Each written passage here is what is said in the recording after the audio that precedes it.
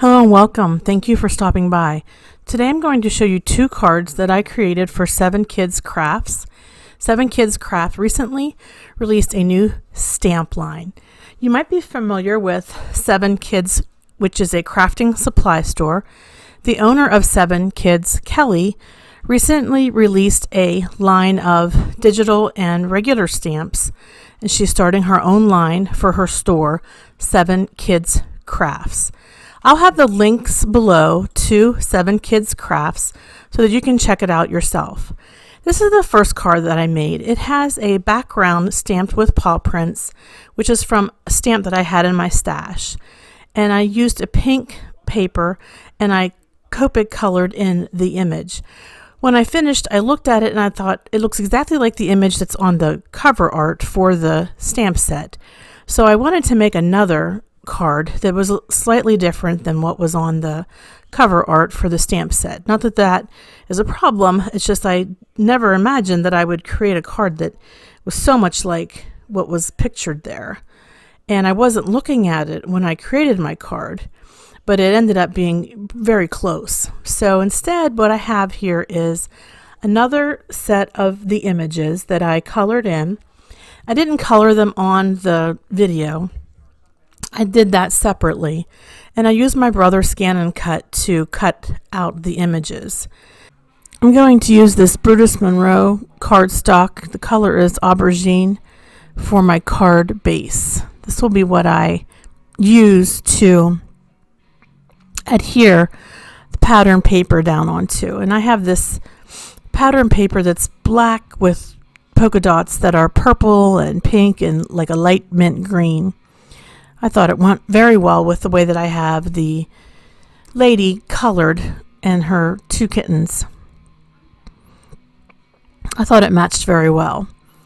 I'm just getting this ready here. I have to score it because it's a heavy-duty cardstock and it won't fold right otherwise. Okay, so you can see here that I'm going to be taking these images that I cut out with my brother Scan and Cut, and I'm going to be adhering them onto the card base like this, just like this, with her in the middle and the 2 cats on either side. And then I'm going to use foam dots to pop that up to give it a little dimension. And these foam dots are just your little foam squares. So at this point, I will flip over each image and start to adhere the dots.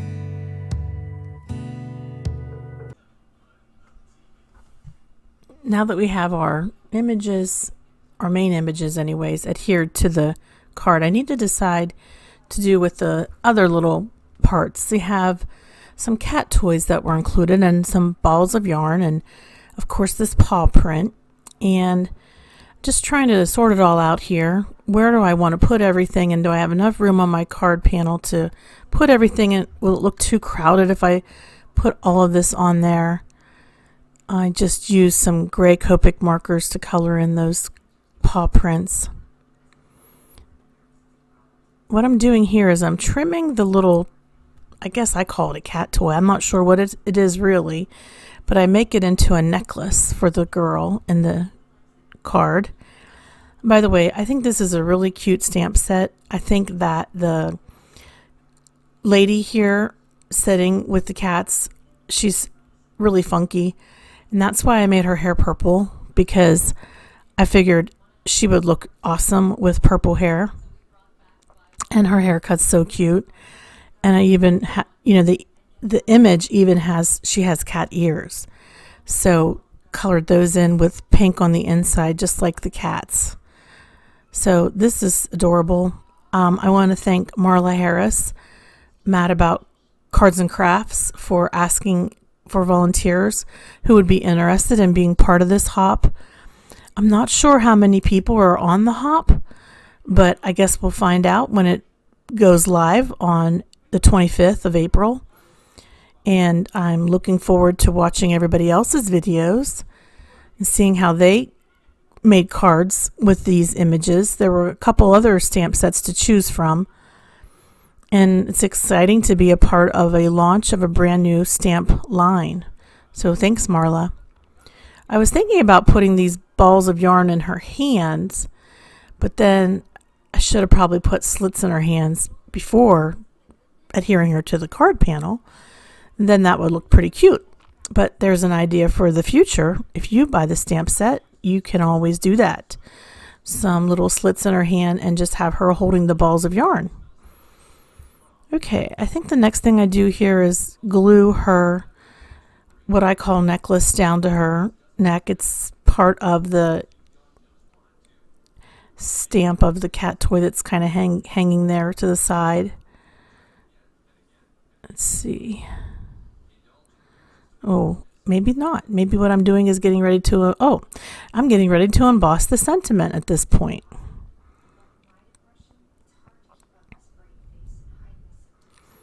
So I have VersaFine Clear Ink Fantasia color, using my stamp block, and going to grab my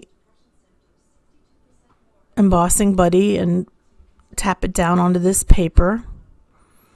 That helps to lift up any oil or dirt from the paper to give you better embossing. And I'm going to stamp it one more time. No, sorry, take that back, just once. And I'm going to emboss this with clear embossing powder. This is Bruce Monroe Icicle embossing powder. Just cleaning my stamp right now.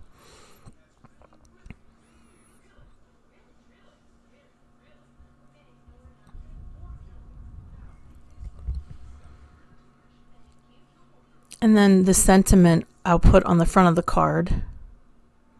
Friends like you are perfect is what it says.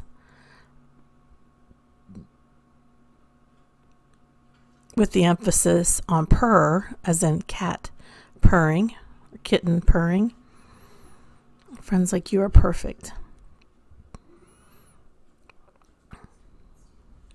I got my heat gun and I'm giving you a close-up look. Oh, I'm sorry, there's never been a friend more perfect than you. I had the sentiment a little mixed up here. There's never been a friend more perfect than you, with purr. I'm just going to trim this down, and that will be my sentiment. And you could use a die to trim your sentiment. I always find that when I go to grab for a die for my sentiment, it's either too big or too small. So lately I've just been trimming them myself and using my corner rounder punch to round the corners. That's just as good, I think, as any die. And it's still too big as far as the image, the paper here. I'm just going to have to trim it down a little bit to make it fit.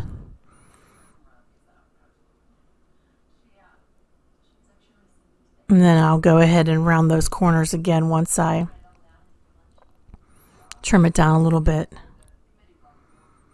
Or maybe I don't round the corners. Let me see here. Sorry, guys. I made this card a couple days ago and I'm just getting around to doing the video today. Yep, I do. I use my corner punch to round my corners. There we go. Now we're just going to glue this to the card base. I'm not going to use foam dots. Could, but I probably wouldn't be able to make it all fit right if I tried. And then I'm going to put my little charm around the neck using a little bit of glue. And then that card panel should be finished.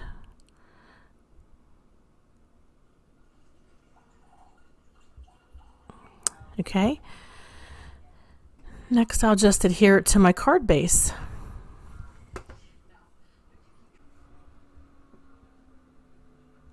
And then at the end here, I'll have photos of both cards that I made that will display at the end of the video. So you can get a look again at the two different cards. One is portrait, and that is the pink background, and one is landscape.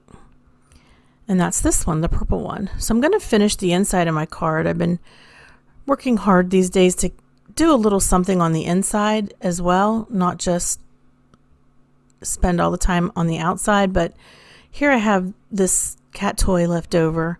It looks like a real pretty gems hanging from a string. And I'm going to put that up in the top right hand corner and then a paw print in each of the bottom corners, one to the left and one to the right.